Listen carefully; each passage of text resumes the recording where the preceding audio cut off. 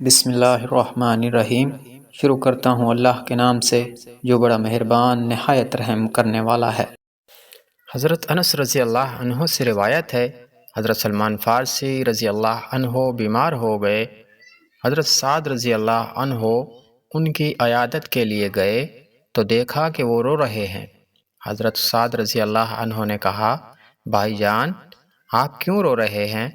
کیا آپ رسول اللہ صلی اللہ علیہ وآلہ وسلم کے ساتھ نہیں رہے؟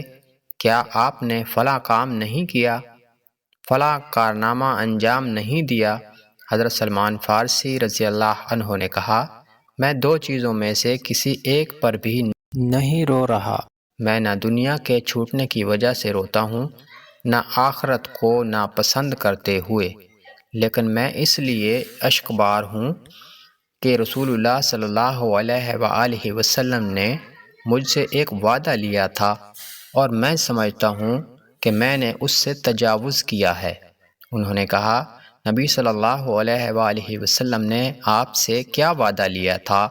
فرمایا، آپ نے مجھ سے فرمایا تھا، آدمی کو اتنا کچھ کافی ہوتا ہے جتنا مسافر کا زاد راہ، اور مجھے یقین ہے کہ میں اس حد سے تجاوز کر گیا ہوں۔